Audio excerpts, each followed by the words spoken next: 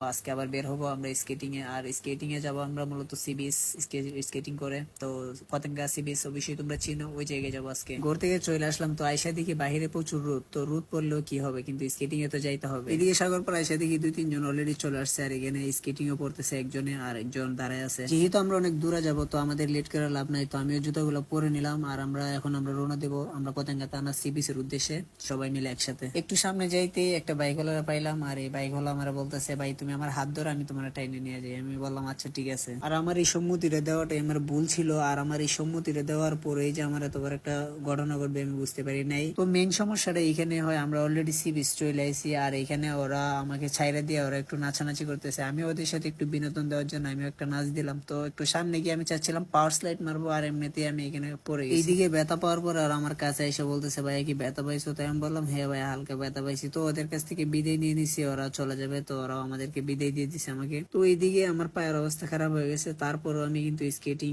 পুরো রাস্তায় স্কেটিং করছি, আর যতক্ষণ ছিলাম ততক্ষণ স্কেটিং করছি। তো এটাই হচ্ছে স্কেটিং এর প্রতি ভালোবাসা।